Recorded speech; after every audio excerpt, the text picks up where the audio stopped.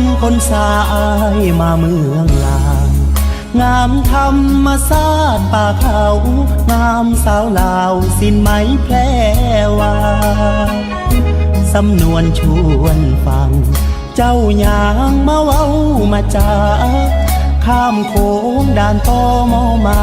อ้นสอนแต่หน้าเจ้าอยู่เนืองเจ้าพาไอ้สมสุมประตูใสกราบพระธาตุหลวงบ่ไกลแล้วพาไปไหว้เจ้าแม่สีเมื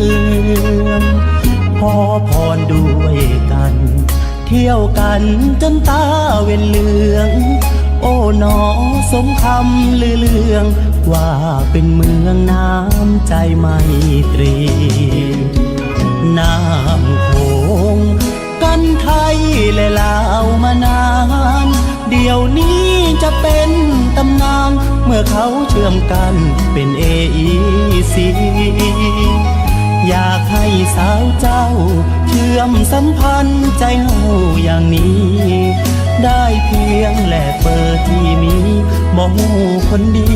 สิหับสายบ่ตะเว้นย้อยลงตรงเส้นขอบโถงสัญญาณมายามจบลงสาวเจ้ามาส่งที่ด่านตมโบกมือลาอ้ายฝากของแทนใจ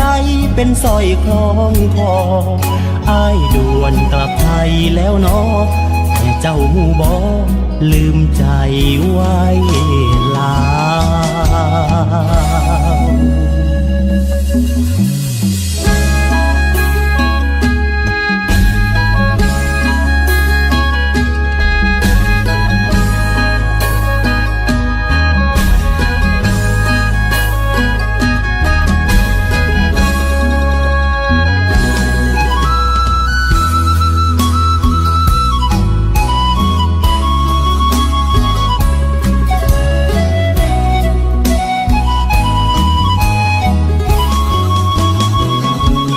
น้ำโข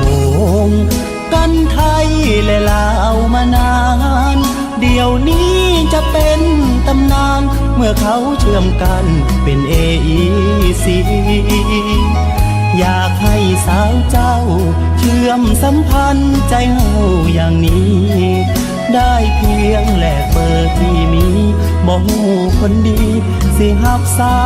ยบ่ตะเว้นย้อยลงตรงเส้นขอบโถง